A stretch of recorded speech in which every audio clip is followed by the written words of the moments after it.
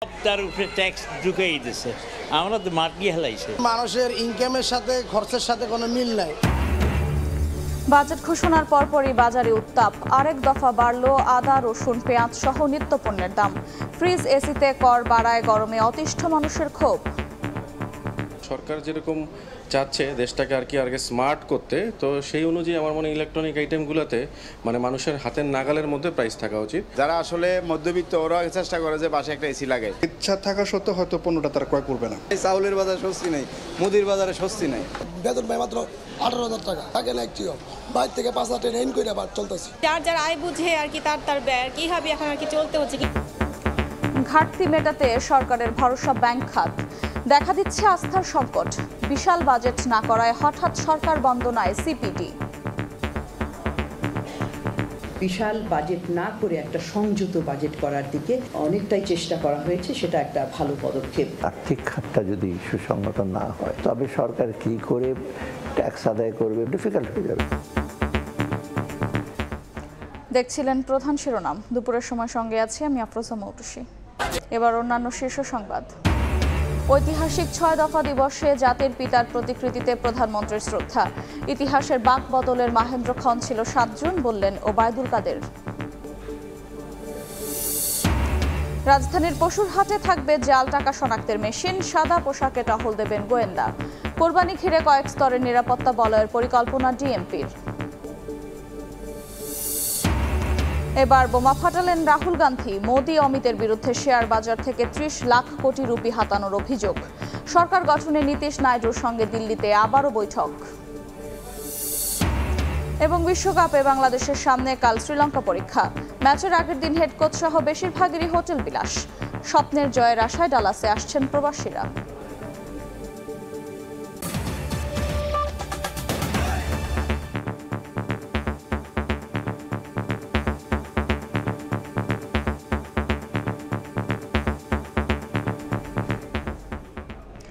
Budget ঘোষণার পরপরই উত্তাপ নিত্যপণ্যের বাজারে। কেজিতে প্রায় 10 টাকা বেড়েছে পেঁয়াজ, আদা, রসুনের দাম। ক্রেতার নাগালে আসেনি ডিমের বাজারও। এদিকে এসি, ফ্রিজের দাম বাড়ায় ক্ষোভ, গরমে অতিষ্ঠ মানুষের। অর্থনীতিবিদেরা বলছেন, ডলারের বিপরীতে টাকার বড় অবমূল্যায়নের কারণে নতুন অর্থ বছরের জন্য মূল্যস্ফীতির প্রস্তাবিত লক্ষ্যমাত্রা অর্জন কঠিন। 18,000 টাকা এই মার্কেটিং করে নাই, থাকে না একটিও। বাইরে থেকে 5,000 টাকা ঋণ করে আবার চলতেছি। নিজে কিভাবে করবো আল্লাহ করাইতে পারবে না। 2024-25 অর্থ বছরে 7,97,000 কোটি টাকার বাজেটে নিজের জন্য কিছু খুঁজে না পাওয়ার আক্ষেপ করছিলেন বাজার করতে আসা আলমগীর। তার মতো বেশিরভাগ মানুষেরই একই প্রশ্ন। আগে থেকেই চড়ে থাকা বাজার নতুন বাজেট পাশের পর আদৌ কি নিয়ন্ত্রণে আসবে, নাকি আরো কঠিন হবে জীবনযাত্রা? এমন শঙ্কা ক্রেতার চোখে মুখে। এই যে বাজেট দিছে, এটা বাজেট গরিব মানুষের পিডেই খাইবে, এখন সব তার উপরে ট্যাক্স ঢুকেই দিচ্ছে, আমরা তো মাটিয়ে হেলাইছে। মানুষ মরার বাজার। সরকার আমাদের মতো সাধারণ মানুষের কোনো চিন্তা করে না। ডিমেতে মাছ, গোশ এবং চাল, তরি-তরকারি, সবজি কোনো জিনিসের দাম তো কম নাই। শুক্রবার রাজধানীর কারওয়ান বাজারে গিয়ে দেখা যায় কেজিতে প্রায় 10 টাকা বেড়েছে পেঁয়াজ, আদা, রসুনের দাম। ডিমের বাজারেও কমেনি উত্তাপ। গত সপ্তাহে পেঁয়াজ কিনতে হলো আপনার 65 টাকা, 60 টাকা। আজকে বাজারে চাইতেছে 90 টাকা কেজি। প্রচন্ড দাম এখন মানুষের সীমিত বাজারের মধ্যে বাজেটটা খুবই বেশি হয়ে গেছে। কোরবানির সময় মুরগির চাহিদা কম থাকায় কেজিতে 20 টাকা পর্যন্ত কমেছে ব্রয়লার ও সোনালী মুরগির দাম। তবে ঊর্ধ্বমুখী মাছের দাম। সব জিনিসের দাম বাড়তেইছে, কোনো রকম কোনো সারা শব্দ নাই। আমাদের কষ্ট হয়ে যায় সবকিছুই। সামনে কোরবানি ঈদ আসতেছে, মানুষ ফ্রিজ খালি করতেছে, গরু মাংস রাখবো, যার কারণে এই কারণে খুচরা কাস্টমার নাই। খাদ্যের দাম বাড়ার কারণে মনে করেন সবকিছুর দাম একটু বাড়তে। এবারের বাজেটে দাম কমার চেয়ে বাড়ার তালিকাটাই দীর্ঘ। ফ্রিজ, এসিতে কর বাড়ছে 10 থেকে 15%, যার প্রভাব পড়ছে ইলেকট্রনিক পণ্যের বাজারে। এতে ক্ষুব্ধ গরমে অতিষ্ঠ মানুষ। সরকার যেরকম চাচ্ছে দেশটাকে আগে স্মার্ট করতে, তো সেই অনুযায়ী আমার মনে ইলেকট্রনিক আইটেমগুলোতে মানুষের হাতের নাগালের মধ্যে প্রাইস থাকা উচিত। যারা আসলে মধ্যবিত্ত ওরা চেষ্টা করে যে বাসায় একটা এসি লাগায়। ইচ্ছা থাকা সত্ত্বেও হয়তো পণ্যটা তারা ক্রয় করবে না। যারা আসলে মধ্যবিত্ত ওরা চেষ্টা করে যে বাসায় একটা এসি লাগায়, তো সেই ক্ষেত্রে আসলে দাম বাড়ার কারণে আসলে মানুষ কিনতে পারতেছে না। এমন পরিস্থিতিতে অর্থনীতিবিদরা বলছেন, মূল্যস্ফীতি কমানো সরকারের বড় চ্যালেঞ্জ, যার সঠিক রূপরেখা দৃশ্যমান হওয়া প্রয়োজন। এই টার্গেটগুলো তো আসলে খুব একটা ক্যালকুলেশন করে যে করা হয় তা না। কিভাবে 6.5% নামায় নিয়ে আসবে, বাজেটের রোল কতটা আছে মূল্যস্ফীতির ক্ষেত্রে। বাড়তে থাকা মূল্যস্ফীতি কমিয়ে আনার যে লক্ষ্য বাজেটে নির্ধারণ করা হয়েছে তা বাস্তবায়ন করা যাবে কিনা সময় বলে দিবে। সাইফুল ইসলাম, সময় সংবাদ, ঢাকা। এদিকে জাতীয় বাজেট নিয়ে হঠাৎ ইউটার্ন নিল সিপিডি। বরাবর সমালোচনায় লিপ্ত থাকলেও এবার সংযত বাজেট প্রস্তাবে সরকার বন্দনা করছে গবেষণা প্রতিষ্ঠানটি। সেই সঙ্গে টেকসই উন্নয়নের পথে শিক্ষা, স্বাস্থ্য খাতকে গুরুত্ব দেওয়াকেও ইতিবাচক হিসেবে দেখছে তারা। মূল্যস্ফীতি নিয়ন্ত্রণের উদ্যোগকে সাধুবাদ জানালেও 2 বছরের বেশি সময় ধরে 9% ওপরে থাকায় তা 6.5 নামিয়ে আনা অসম্ভব বলে মত সিপিডির। বাজারে নিত্যপণ্যের দামের উত্তাপে যখন পুড়ছে ভোক্তার পকেট, তখন সাধারণ মানুষকে স্বস্তি দিতে প্রস্তাবিত বাজেটে চাল, গম, ভোজ্য তেল সহ 27টি অতি প্রয়োজনীয় নিত্যপণ্যের উৎসে কর 2% থেকে 1% নামিয়ে আনার প্রস্তাব দিয়েছেন অর্থমন্ত্রী। এতে কমতে পারে এসব নিত্যপণ্যের দাম। বাজেটে মূল্যস্ফীতি নিয়ন্ত্রণে নেওয়া পদক্ষেপকে সাধুবাদ জানিয়েছে সরকারের আর্থিক নীতির বরাবরের সমালোচক সিপিডি। তবে গেল 2 বছর ধরে 9%-এর উপরে থাকা মূল্যস্ফীতি 6.5%-এ নামিয়ে আনা নিয়ে সংশয় প্রকাশ করেছে প্রতিষ্ঠানটি। ওভারঅল সামষ্টিক অর্থনীতির যে কাঠামোটা, সেইখানে যে এই যে লক্ষ্যমাত্রাগুলি দেওয়া হয়েছে সেগুলি কিন্তু বাস্তবতাটাকে অনেকখানি বিবেচনা করা হয়নি। সবাই বলে আসছিলাম যে এই সময়ে যখন উচ্চ মূল্যস্ফীতি এবং আমাদের যে বিভিন্ন দায় দেনা, বৈদেশিক মুদ্রা রিজার্ভ কমে যাচ্ছে, সেই সময়ে একটা বিশাল বাজেট না করে একটা সংযত বাজেট করার দিকে আমাদের যাওয়া উচিত, যাতে কিনা মূল্যস্ফীতির লাগামটা টেনে ধরা যায়। সেরকম একটা অনেকটাই চেষ্টা করা হয়েছে, সেটা একটা ভালো পদক্ষেপ। প্রথমবারের মতো সংসদ সদস্যদের শুল্কমুক্ত গাড়ি আমদানির সুবিধা তুলে দিতে অর্থমন্ত্রীর উদ্যোগের প্রশংসাও করেছে সিপিডি। তারাও অন্তত কিছু পরিমাণ হলেও আমদানিকৃত গাড়ির উপরে যে কর, সেটা কিছু পরিমাণ হলেও তারা দেবেন। তাহলে এটা একটা উজ্জ্বল দৃষ্টান্ত হয়ে থাকবে, একটা মহৎ দৃষ্টান্ত হবে। প্রস্তাবিত বাজেটে নিম্ন আয়ের মানুষকে স্বস্তি দিয়ে উচ্চ আয়ের ওপর কর বাড়ানো হয়েছে। 29,167 টাকা থেকে 37,500 টাকা মাসিক আয়ের ক্ষেত্রে কোনো পরিবর্তন নেই। তবে 70,833 টাকা মাসিক আয় এমন করদাতাদের সর্বোচ্চ 10% ট্যাক্স রিলিফ দেওয়া হয়েছে। 1,12,500 টাকা থেকে 3,20,833 টাকা মাসিক আয়ের মানুষকে 8% থেকে 1% পর্যন্ত ট্যাক্স রিলিফ দেওয়া হয়েছে। বিপরীতে 4,16,667 টাকা মাসিক আয় থেকে কর বেড়েছে। এই প্রস্তাবকে সাধুবাদ জানিয়েছে সিপিডি।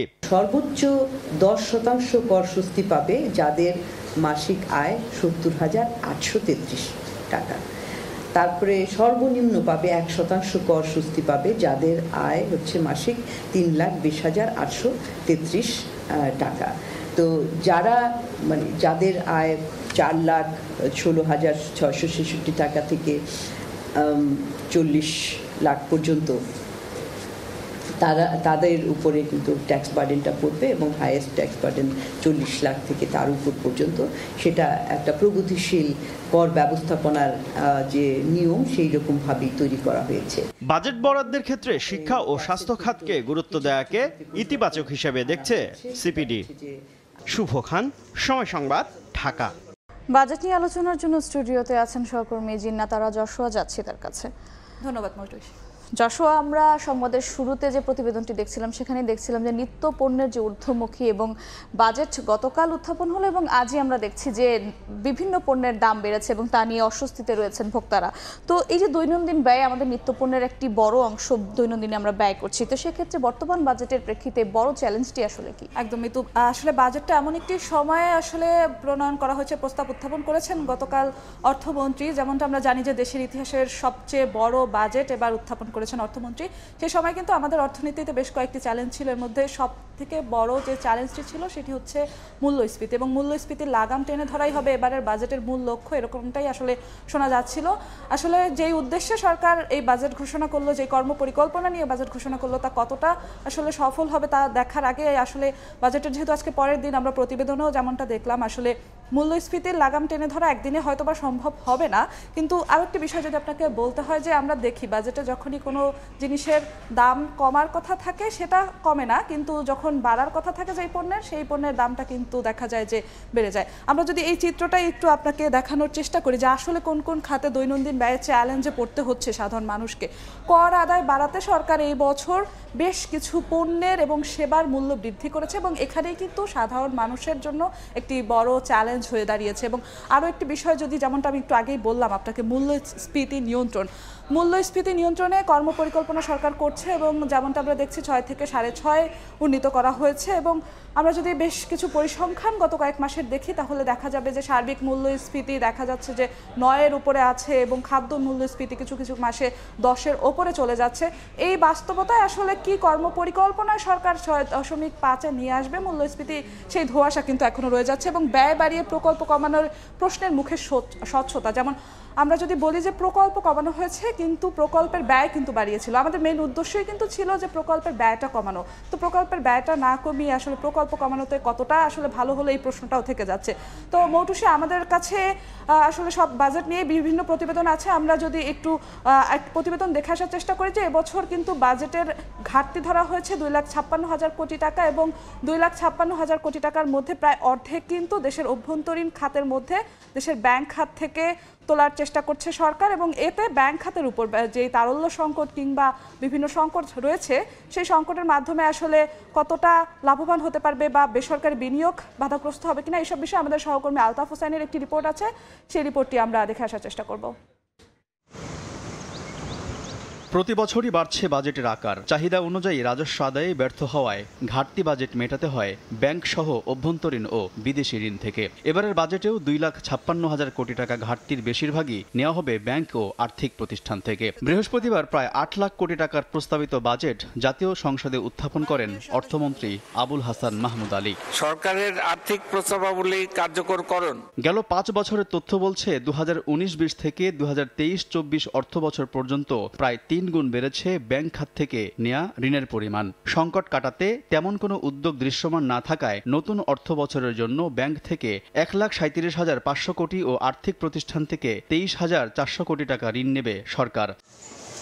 ব্যাংক ঋণের সুদহার বাজার ভিত্তিক করাই এমনিতেই বিপাকে শিল্প উদ্যোক্তারা। এমন পরিস্থিতিতে সরকারের ব্যাংক নির্ভরতায় ব্যবসা বাণিজ্য সম্প্রসারণে চ্যালেঞ্জ বাড়বে বলে মনে করেন ব্যবসায়ীরা। বেসরকারি খাতে চলতি ঋণের প্রবাহ যদি না বাড়ার সুযোগ থাকে তখন এটা ব্যবসা বাণিজ্যের জন্য একটা বড় ধরনের ক্ষতির সম্ভাবনা ক্রিয়েট করবে। সুদের হার বাড়লে আপনার ইকোনমিক গ্রোথ রেট কমতে বাধ্য, প্রোডাকশন খরচ বেড়ে যায়, ইনফ্লেশনের উপরেও একটা বড় ধরনের চাপ পড়ে।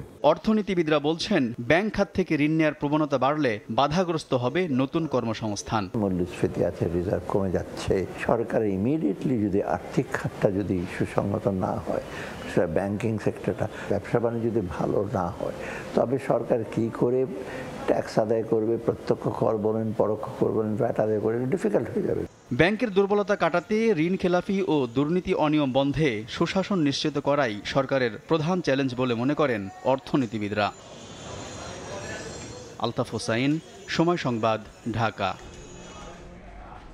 তো যেমনটা দেখলাম আমাদের সহকর্মী আলতাফ হোসাইনের রিপোর্টে যে ব্যাংক খাতের উপরে কি প্রভাবটা আসলে পড়তে পারে এই বাজেট ঘাটতি মেটানোর চ্যালেঞ্জে। যশোয়া, আলতাফ হোসেনের রিপোর্টে আরও একটি বিষয় আমি খেয়াল করছিলাম যে তিনি বলছিলেন যে ব্যাংক খাতের দুর্বলতাকে ঢাকতে বা বাঁচাতে শুল্ক বাড়ানো হচ্ছে এবং ধনীদের ব্যয় বাড়ছে। ধনীদের আসলে কি পরিমাণ ব্যয় বাড়ছে? ধনীদের ব্যয় বাড়ছে, এখানে একটি আসলে মজার চিত্র আপনাকে একটু দেখাবো যে ব্যাংকে যে আপনি টাকা জমা রাখবেন, আপনার যে আমানত, সেই আমানতের উপরে আপনার সরকারকে কর দিতে হবে এবং এর পরিমাণটা যদি আমরা একটু বলি যে প্রথম 1 লাখ টাকা, অর্থাৎ আপনি যদি 1 লাখ টাকা ব্যাংকে জমা রাখেন সেক্ষেত্রে আপনাকে কোনো কর দিতে হবে না এবং এই করটা হয় আসলে বাৎসরিক হিসাবে বছর শেষে দিতে হয়। এরপরে যদি আমি 1,01,000 টাকা থেকে 5 লাখ টাকা পর্যন্ত কথা বলি, সেই চিত্র হচ্ছে এবছর আপনাকে 150 টাকাই কর দিতে হবে, যা গত বছরের মতো আছে এবং একই চিত্র আছে 5,01,000 টাকা থেকে 10 লাখ টাকা পর্যন্ত। 500 টাকা 2023-24 অর্থ বছরেরটা, এবছরও একই থাকছে। পরিবর্তনটা আসছে আসলে 10,01,000 টাকা থেকে 50 লাখ টাকা পর্যন্ত। এখানে আসলে একটি স্তর ছিল, সেই স্তরটিকে ভাঙা হয়েছে। এখানে একটি মজার বিষয় হচ্ছে যে 10 লাখ থেকে 50 লাখ পর্যন্ত একটি স্তর ছিল এবং তাদের বাৎসরিক বাৎসরিকভাবে কর দিতে হতো ৩,০০০ টাকা। এখানে এবার ভেঙে 2টি স্তর করা হয়েছে এবং সেখানে 10,01,000 টাকা থেকে 50,00,000 টাকা পর্যন্ত যে স্তরটি করা হয়েছে সেখানে 3,000 টাকাই দিতে হচ্ছে এবং 50,01,000 টাকা থেকে 1 কোটি টাকা পর্যন্ত যে স্তরটি করা হয়েছে সেটা গত অর্থ বছরে 3,000 টাকা ছিল এবং এই অর্থ বছরে 2024-25 অর্থ বছরে হবে 5,000 টাকা এবং 1 কোটি 1 টাকা থেকে শুরু করে 2 কোটি টাকা পর্যন্ত দিতে হবে 10,000 টাকা এবং যেটা গত অর্থ বছরে ছিল 15,000 টাকা এবং 1 কোটি 1 টাকা থেকে 5 কোটি টাকা পর্যন্ত যেটা আমরা দেখছি যে 2024-25 অর্থ বছরে 20,000 টাকা এবং যেটা 2023-24 অর্থ বছরে ছিল 15,000 টাকা। এখানেও একটি স্তর ভাঙা হয়েছে মিতু। এখানেও যেমনটা আমরা বলছিলাম যে 1 কোটি থেকে 2 কোটির যে হিসেবটা আমরা বলছিলাম যেখানেও কিন্তু স্তরটা ভাঙা হয়েছে। গত বছর আসলে যেমনটা আমরা দেখছি যে যাদের বেশি টাকা তাদেরই কিন্তু আসলে বেশি কর দিতে হচ্ছে, যাদের কম টাকা তাদের কম। যেমনটি আমরা আপনার ইসে দেখছিলাম যে টাকা যত বাড়ছে শুল্কের হারও ততটাই বাড়ছে, তো এর প্রভাব কি বিনিয়োগ বা কর্মসংস্থানের উপর পড়বে? এর কোনো অবশ্যই বাড়বে এবং এর আগেও যে আপনাকে একটি বিষয় বললাম যে বাজেট ঘাটতি মেটানোর জন্য সরকার অভ্যন্তরীণ উৎস থেকে বিশেষ করে ব্যাংক খাত থেকে বেশ কিছু অর্থ সংগ্রহের কাজ করতে চাচ্ছে এবং ঋণ নিতে চাচ্ছে এবং এই ঋণ নেওয়ার ক্ষেত্রে সব থেকে বড় প্রভাব কিন্তু পড়বে বেসরকারি বিনিয়োগের ক্ষেত্রে। এবং এখানে যদি আমরা দেখি যে ব্যাংক সহ অভ্যন্তরীণ উৎস থেকে সরকার নিতে চায় 1,60,900 কোটি টাকা, অর্থাৎ দেখাই যাচ্ছে প্রায় অর্ধেকের মতো বাজেট ঘাটতি কিন্তু সরকার নিতে চাচ্ছে ব্যাংক খাত থেকে। এবং বেসরকারি খাতের বিনিয়োগের যোগান তাহলে কোত্থেকে আসবে? এই ব্যাংক খাতে কিন্তু বেসরকারি খাতে বিনিয়োগের জন্য একটি বড় ধরনের যোগান দিয়ে থাকে। তাহলে আমাদের এখানে প্রশ্ন হয় বেসরকারি বিনিয়োগ যদি স্থবির হয় তাহলে কর্মসংস্থানের সুযোগ বাড়বে কিভাবে, বেকারত্ব কমবে কিভাবে? এবং আরেকটি বিষয়, চিকিৎসায় যদি ব্যয় বাড়ে তাহলে স্বাস্থ্য খাতে বিনিয়োগ বাড়বে কি করে, এই প্রশ্নটি কিন্তু থেকে যায়। এবং আরেকটি বিষয় যদি বলি, রফতানিমুখী শিল্পে প্রণোদনা কমিয়ে বাড়িয়েছে চ্যালেঞ্জ। আমরা এখানে দেখেছি গতকাল যে রফতানিমুখী যে খাত আছে সেখানে গত বছরের তুলনায় প্রণোদনা কমেছে এবং রেমিটেন্সের যাদেরকে প্রণোদনা দেওয়া হয় সেই প্রণোদনার পরিমাণ কিন্তু একই রয়ে গেছে এবং যেই দুটি খাত আসলে আমাদের রিজার্ভ সমৃদ্ধ করতে কাজ করে এবং অর্ধেক আয় করে কালো টাকা সাদা করার সুযোগ এবং বিনিয়োগকারীদের নিরুৎসাহিত করবে। এবং এই কালো টাকা সাদা করার প্রসঙ্গটা কিন্তু গতকাল থেকেই চলে আসছে যে আসলে এতে সৎ যে উপার্জনকারী আছে, বিনিয়োগকারী আছে, তারা আসলে এতে নিরাশ হবে কিনা এবং অবৈধরা উৎসাহিত হবে কিনা। ধন্যবাদ যশোয়া আপনাকে আলোচনার জন্য। ধন্যবাদ মিতু। বাজেট নিয়ে আলোচনার জন্য আমার সঙ্গে স্টুডিওতে যুক্ত ছিলেন সহকর্মী জিন্নাতারা যশোয়া। অন্য প্রসঙ্গ, ঐতিহাসিক 6 দফা দিবসে জাতির পিতা বঙ্গবন্ধু শেখ মুজিবুর রহমানের প্রতিকৃতিতে শ্রদ্ধা জানিয়েছেন প্রধানমন্ত্রী ও আওয়ামী লীগ সভাপতি শেখ হাসিনা। পরে সাধারণ সম্পাদক ওবায়দুল কাদের বলেন, বঙ্গবন্ধুকে হত্যার পাশাপাশি স্বাধীনতা বিরোধীরা ইতিহাসের গুরুত্বপূর্ণ দিবসগুলোকেও হত্যা করতে চেয়েছিল। 7 জুন ইতিহাসের বাঁক বদলের মাহেন্দ্রক্ষণ ছিল বলেও মন্তব্য করেন তিনি। বাঙালির মুক্তি সনদ, যা পরবর্তীতে জন্ম দেয় 69 এবং 71-এর।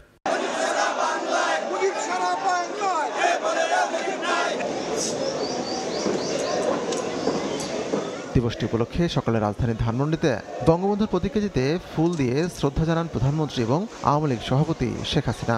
প্রধানমন্ত্রী হিসেবে শ্রদ্ধা নিবেদনের পর দলের পক্ষ থেকে শ্রদ্ধা জানান তিনি। পরে সাধারণ সম্পাদক ওবায়দুল কাদের বলেন, বাংলাদেশের ইতিহাসের বাঁক বদলের মাহেন্দ্রক্ষণ 7 জুন। 6 দফা হচ্ছে স্বাধিকার সংগ্রামের ঐতিহাসিক মাইল ফলক। স্বাধীনতা বিরোধীরা 7 মার্চের মতো 7 জুনকেও নির্বাসনে পাঠায় বলে মন্তব্য করেন ওবায়দুল কাদের। এইসব দিবস 75-এর পর নিষিদ্ধ হয়ে যায়। যারা নিষিদ্ধ করে দেয় তারা খুনের সঙ্গে 75-এর তারা জড়িত।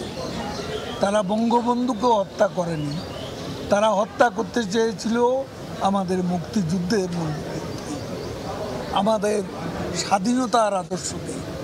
সেই জন্য বঙ্গবন্ধুর সঙ্গে জয় বাংলা নির্বাসনে, 7ই মার্চ নির্বাসনে এবং 7ই জুনও নির্বাসিত হয়ে যায়। দিবসটি উপলক্ষে আওয়ামী লীগের সহযোগী সংগঠনের নেতাকর্মীরাও বঙ্গবন্ধুর প্রতিকৃতিতে ফুল দিয়ে শ্রদ্ধা জানান। আতিকুর রহমান তামাল, সময় সংবাদ, ঢাকা।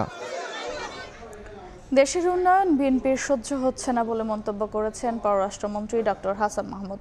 ঐতিহাসিক 6 দফা দিবস উপলক্ষে দুপুরে চট্টগ্রামে আয়োজিত এক আলোচনা সভায় তিনি কথা বলেন। যারা ক্ষমতার হালুয়া রুটি খেতে দল গঠন করেছিল 15 বছর, তারা ক্ষমতার বাইরে বলেও মন্তব্য করেন তিনি।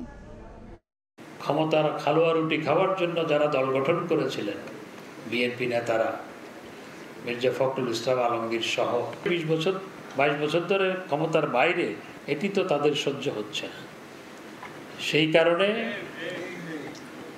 কারণে তারা এখন ষড়যন্ত্র লিপ্ত। দেশের বাজেটের আকার যখন বৃদ্ধি পায় তার মানে দেশ উন্নতি সমৃদ্ধির দিকে যাচ্ছে। আর বিএনপি জামাত বাজেট ঘোষণা করার আগেই বিবৃতি রেডি করে রাখে। দুপুরের সময় আরো থাকছে। সরবরাহ বাড়ায় নওগাঁর হাটে কমেছে ধানের দর, বিপাকে কৃষক। বাজেট ঘোষণার পর হিসেব কষে কিনছেন ব্যবসায়ীরা। পাইকারদের বিরুদ্ধে বাড়তি মুনাফার অভিযোগ।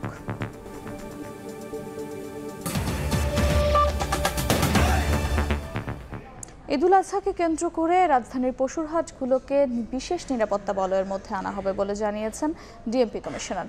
কয়েক স্তরে নিরাপত্তা নিশ্চিতের পাশাপাশি জাল টাকা শনাক্তের মেশিন বসানো হবে বলেও জানান তিনি।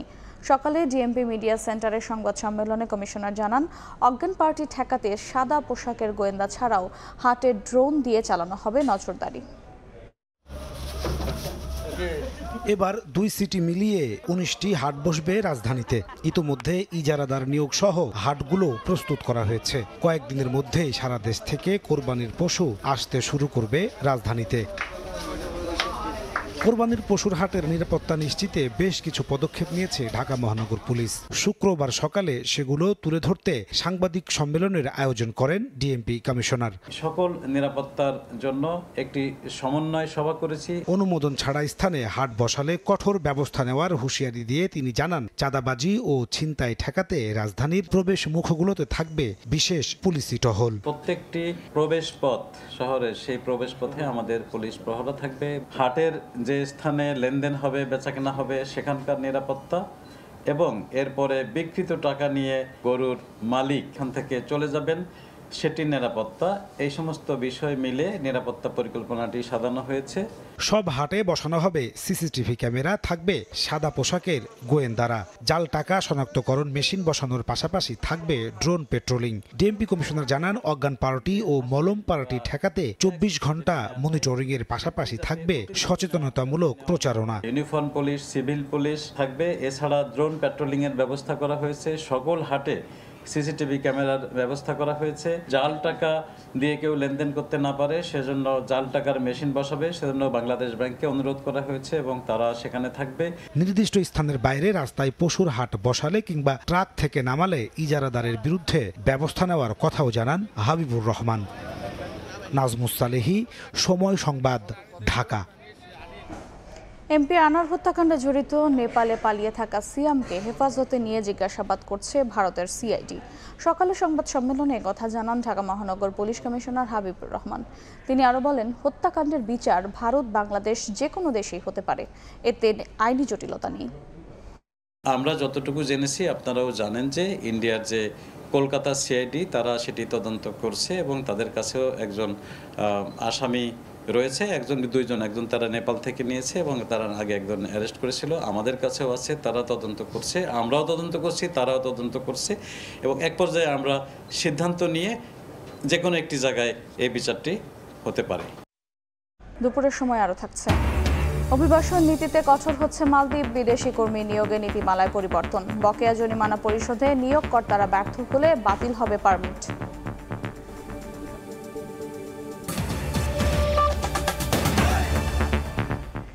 এবার বোমা ফাটালেন কংগ্রেস নেতা রাহুল গান্ধী। নরেন্দ্র মোদী ও অমিত শাহর বিরুদ্ধে শেয়ার বাজার থেকে 30 লাখ কোটি রুপি হাতানোর অভিযোগ তুলেছেন তিনি। বলেন, লোকসভা নির্বাচন ঘিরে এ যাবৎকালের সবচেয়ে বড় শেয়ার বাজার কেলেঙ্কারির ঘটনা ঘটেছে। এদিকে এখনও বিরোধের সুর বিজেপি নেতৃত্বাধীন এনডিএ জোটে। সরকার গঠনে মোদীর সঙ্গে দিল্লিতে আবারও বৈঠকে বসেন নীতিশ নাইডু। এদিকে মোদীর শপথ অনুষ্ঠানে যোগ দিতে কাল ভারত যাচ্ছেন প্রধানমন্ত্রী শেখ হাসিনা। লোকসভা নির্বাচনে এককভাবে সংখ্যাগরিষ্ঠতা না পাওয়ায় গত 10 বছরের মধ্যে নানামুখী চাপে নরেন্দ্র মোদীর বিজেপি। সমর্থকদের অভিযোগ, দলের শীর্ষ নেতাদের বিতর্কিত সিদ্ধান্তের কারণেই ফলাফল বিপর্যয়, আর এজন্য নেতারাও একে অন্যের উপর দায় চাপাচ্ছেন। রোববার নতুন সরকারের শপথের আগেই গেরুয়া শিবিরে অস্বস্তি। এর মধ্যে মরার উপর খাড়ার ঘা হয়ে দেখা দিয়েছেন বিজেপি শরিক বিহারের নীতিশ কুমার ও অন্ধ্রপ্রদেশের চন্দ্রবাবু নাইডু। সরকার গঠনে তারাই একমাত্র ভরসা, আর এই সুযোগে যোগ বুঝে কোপ মারছেন বারবার দল পাল্টানো বিহার ও অন্ধ্রপ্রদেশের এই দুই নেতা। নয়াদিল্লিতে দাবি দেওয়া নিয়ে বৈঠকও করেছেন মোদীর সঙ্গে। ভারতের গণমাধ্যম বলছে, শুক্রবার আবারও বৈঠকে বসছেন। প্রশ্ন উঠেছে, বাধাটা কোথায়? চলমান পরিস্থিতির মধ্যে এদিন ইন্ডিয়া জোটের বিজয়ী সব প্রার্থীকে জরুরি তলব করা হয় দিল্লিতে। সবাইকে নিয়ে আলোচনার পর নরেন্দ্র মোদীকে জোটের নেতা হিসেবে ঘোষণা দেওয়া হয়। আলোচনা চলছে পার্লামেন্টে বিরোধী দল ইন্ডিয়া জোটের নেতা কে হবেন। যদিও নেতৃত্ব দিবে দেশটির সবচেয়ে পুরনো রাজনৈতিক দলটিই। এবার পার্লামেন্টে রাহুল গান্ধী সামনে থেকে দলকে পরিচালনা করবেন এমনটি প্রত্যাশা কংগ্রেস শিবিরের, যদিও এখনও নিজের ইচ্ছার কথা জানাননি রাহুল।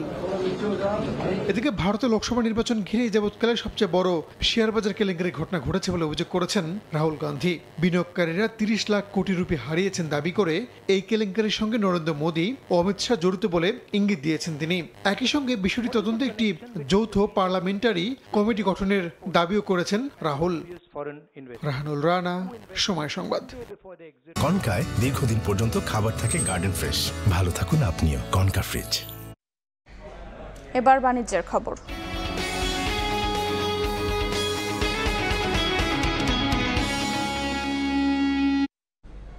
ঈদুল আজহা উপলক্ষে নওগাঁর হাটে বেড়েছে কাটারি, জিরাশাল ও গোল্ডেন আতপ সহ বিভিন্ন ধানের সরবরাহ।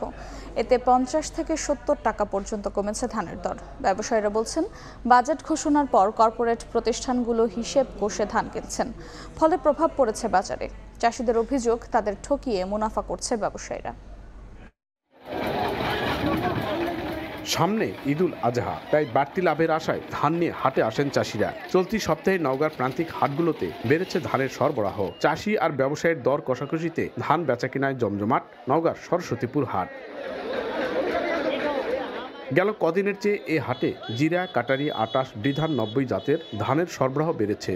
ধানের বাড়তি যোগানে মনপ্রতি 60 থেকে 70 টাকা দর কমায় হতাশ চাষিরা। তাদের অভিযোগ, সার, কীটনাশক সহ নানা কৃষি উপকরণের দর দফায় দফায় বাড়ছে, আর হাটে তোলা ধানের দর কমছে। এতে আর্থিকভাবে ক্ষতিগ্রস্ত হচ্ছেন বলে দাবি তাদের। সার, ওষুধ, হাল, পাট সব দাম বেশি, অথচ আমরা আবাদ করে লাভ করতে পারতেছি না। বিষের বোতলের দাম যেটা ছিল 500, সেটা দাম করছে 1500, 700, 900 নিচে কোনো ওষুধ পাওয়া যাচ্ছে না। এই ধানে প্রথমে কাঁচা বিক্রি করছে আপনার 1300, 1200, 1250, কিন্তু শুকনা ধানে এখন বিক্রি হচ্ছে 1100, 1150। হাটে ধানের যোগান দেখে দর নির্ধারণ করেন ব্যবসায়ীরা। ব্যবসায়ীদের দাবি, বাজেট ঘোষণার পর কর্পোরেট প্রতিষ্ঠানগুলো হিসেব কষে ধান কিনছেন, এতে প্রভাব পড়েছে হাটে। কাটারি ধান মোটামুটি 1180 থেকে 1220 টাকা পর্যন্ত, আর যেটা মিনিকেট বা জিরা ধান বলে মার্কেটে, এই ধানটা হলো 1200 থেকে 1240 টাকা পর্যন্ত। চলতি বুড়ো মৌসুমে জেলায় প্রায় 12.5 লাখ মেট্রিক টন ধান কৃষকের ঘরে উঠেছে বলে জানায় কৃষি বিভাগ। এমআর রকি, সময় সংবাদ, নওগাঁ। খেলার খবর। শ্রীলঙ্কার বিপক্ষে ম্যাচ দিয়ে শুরু হচ্ছে বাংলাদেশের টি-20 বিশ্বকাপ মিশন। ডালাসে সাম্প্রতিক বাজে ফর্মের বৃত্ত ভাঙার প্রত্যয়ে অধিনায়ক নাজমুল শান্তর। টপ অর্ডার ব্যাটসম্যানরা ভালো করতে না পারলেও নতুন শুরু করতে চায় পুরো দল। উইকেটের আচরণ নিয়ে খুব একটা ভাবছেন না অধিনায়ক। অন্যদিকে বাজেভাবে বিশ্বকাপ শুরু করা শ্রীলঙ্কা তাকিয়ে আছে এই ম্যাচের দিকে। টাইগারদের শক্তি দুর্বলতা সম্পর্কে ধারণা থাকায় জয়ের প্রত্যাশা করছে লঙ্কানরা। যুক্তরাষ্ট্রের ডালাস থেকে সাজিদ মুস্তাহিদের রিপোর্ট। আমার ঠিক পেছনে শ্রীলঙ্কার হেড কোচ ক্রিস সিলভারউড। বাংলাদেশের বিপক্ষে ম্যাচের আগে শ্রীলঙ্কা দল অনুশীলনে এসেছেন এবং মাঠেও কিন্তু আছেন হেড কোচ। কিন্তু বাংলাদেশ দল যখন অনুশীলন করেছিল, আমরা দেখেছি ঠিক বিপরীত চিত্র। ম্যাচের আগের দিন ঐচ্ছিক অনুশীলন করা বাংলাদেশ একটা রীতিতে পরিণত করেছে, কিন্তু শ্রীলঙ্কা দল ব্যাট বলের অনুশীলন করার আগে প্রায় 1 ঘন্টা তারা ওয়ার্ম আপ করেছে। এখন তারা করবে ব্যাট বলের অনুশীলন।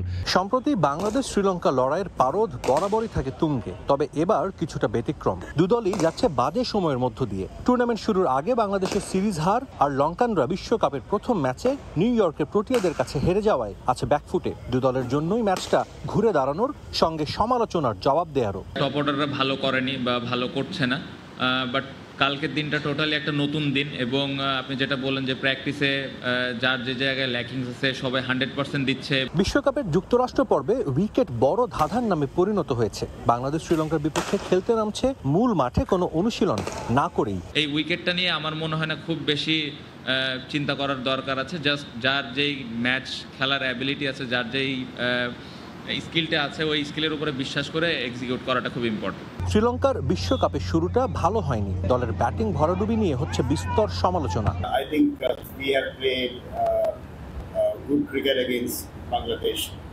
in the recent past, so we have that confidence and the momentum going scale. শ্রীলঙ্কার বিপক্ষে হেড টু হেড 16 দেখায় 5 জয় বাংলাদেশের। সাজিদ মুস্তাহিদ, সময় সংবাদ, ডালাস, যুক্তরাষ্ট্র। এদিকে শ্রীলঙ্কার বিপক্ষে বাংলাদেশের উদ্বোধনী ম্যাচ ঘিরে উৎসবের আমেজ যুক্তরাষ্ট্র প্রবাসীদের মাঝে। ম্যাচের আগে ডালাসের ভেন্যু গ্র্যান্ড প্রেরি স্টেডিয়াম ঘুরে তাদের সঙ্গে কথা বলেছেন লস্কর আল মামুন। ক্রিকেটটা বাঙালির রক্তে মিশে আছে। মার্কিন মূলকে 22 গজের খেলা অপরিচিত হলেও যুক্তরাষ্ট্র প্রবাসীরা এখনও লাল সবুজের জার্সিতে শেকড়ের টান ঠিকই খুঁজে। এবার সেই বিদেশ বিভুঁয়ে টাইগারদের কাছ থেকে দেখার অপেক্ষা যুক্তরাষ্ট্র প্রবাসীদের। টি-20 বিশ্বকাপের প্রথম ম্যাচ দেখতে উল্লেখযোগ্য বাংলাদেশি হাজির হয়েছেন ভেন্যু ডালাসে। যুক্তরাষ্ট্রের বিভিন্ন অঙ্গরাজ্য থেকে এই শহরে এসে পৌঁছেছে বাংলাদেশিরা। দেশের বাইরে থেকে এসেছেন অনেকে। এছাড়াও টেক্সাসের উত্তরাঞ্চলের শহর ডালাসে প্রায় 1.5 লক্ষাধিক বাংলাদেশির বসবাস। সব মিলিয়ে বাংলাদেশ শ্রীলঙ্কার ম্যাচকে ঘিরে এক ধরনের উৎসব মুখর পরিবেশ লাল সবুজ সমর্থকদের মাঝে। বাংলাদেশ এবং শ্রীলঙ্কার খেলা আমরা দেখার জন্য অধিক আগ্রহ অপেক্ষা করছি। আমি অলরেডি বলেছি এবং এখানে একটা উৎসব মুখর পরিবেশ চলতেছে। বাংলাদেশ জয়ের মাধ্যমে এই ডালাস টেক্সাস গ্র্যান্ড প্রি থেকে তাদের বিশ্বকাপ যাত্রা শুরু করবে এবং আমরা অতি আশাবাদ যে বাংলাদেশ এবার দ্বিতীয় রাউন্ডে খেলবে।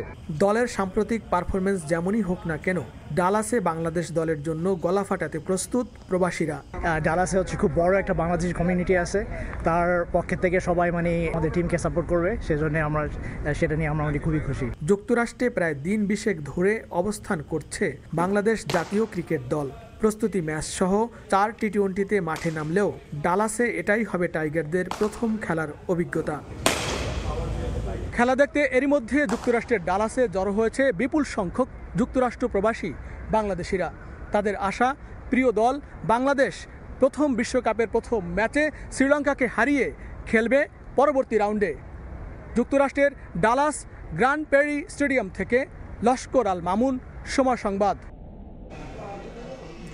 বাংলাদেশ পুলিশ অ্যাথলেটিক্স ও সাইক্লিং ক্লাবের আয়োজনে প্রথমবার আয়োজিত হলো জয় বাংলা হাফ ম্যারাথন। প্রথম আসরে অংশ নেন 3,500 অ্যাথলিট। পর্যাপ্ত সুযোগ সুবিধা থাকায় আয়োজকদের প্রশংসায় ভাসিয়েছেন অংশগ্রহণকারীরা। এমন আয়োজনে মুগ্ধ সরকারের উচ্চ পদস্থ কর্মকর্তারাও। ঘড়ির কাঁটায় ভোর 5টার কিছু পরে 21 কিলোমিটার পথ পাড়ি দেওয়ার লক্ষ্যে শুরু হয় জয় বাংলা ম্যারাথন 2024। কিছু অদম্য মানুষের পায়ের শব্দে ঘুম ভেঙে যায় নিস্তব্ধ হাতির ঝিলের। যদিও তখনও গভীর ঘুমে আচ্ছন্ন বেশিরভাগ ঢাকাবাসী। ঠিকঠাক আর মোরা ভাঙেনি সূর্যেরও। প্রথমবারের মতো জয় বাংলা হাফ ম্যারাথনের আয়োজন করে বাংলাদেশ পুলিশ অ্যাথলেটিক্স ও সাইক্লিং ক্লাব। প্রথমে এই আসরে অংশ নেয়ার সুযোগ পান 3,500 অ্যাথলেট ও দৌড়প্রেমী। অনেকে এই ম্যারাথনে অংশ নেয়ার মাধ্যমে নাম লেখান ম্যারাথনের খাতায়, আবার অনেকে বেশ অভিজ্ঞ। নতুন আর পুরাতনের সমন্বয়ে দৌড় হয়ে ওঠে বেশ প্রাণবন্ত। ম্যারাথনের মাধ্যমে পুলিশ দেখিয়ে দিলেন যে পুলিশ সবই পারে।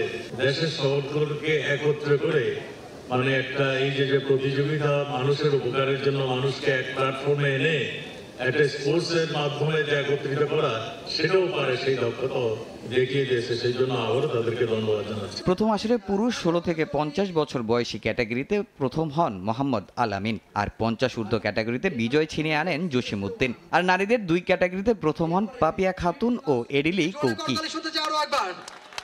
তামিম হোসেন, সময় সংবাদ, ঢাকা। এ পর্যায়ে শীর্ষ সংবাদগুলো জানিয়ে দিচ্ছি আরেকবার। সব তার উপরে ট্যাক্স ঢুকেই দিচ্ছে, আমরা তো মাটিয়ে হেলাইছে। মানুষের ইনকামের সাথে খরচের সাথে কোনো মিল নাই। বাজেট ঘোষণার পর বাজারে উত্তাপ, আরেক দফা বাড়লো আদা, রসুন, পেঁয়াজের দাম। ফ্রিজ, এসিতে কর বাড়ায় মানুষের ক্ষোভ। মূল্যস্ফীতি নিয়ন্ত্রণে বড় চ্যালেঞ্জ মত বিশ্লেষকদের। বাজেট নিয়ে হঠাৎ সিপিডির ইউটার্ন, বিশাল না করে সংযত বরাদ্দে সরকারের বন্দনা। শিক্ষা, স্বাস্থ্য খাতে গুরুত্ব দেয় সাধুবাদ। এবং ঐতিহাসিক 6 দফা দিবসে জাতির পিতার প্রতিকৃতিতে প্রধানমন্ত্রীর শ্রদ্ধা। ইতিহাসের বাঁক বদলের মাহেন্দ্রক্ষণ ছিল 7 জুন, বললেন ওবায়দুল কাদের।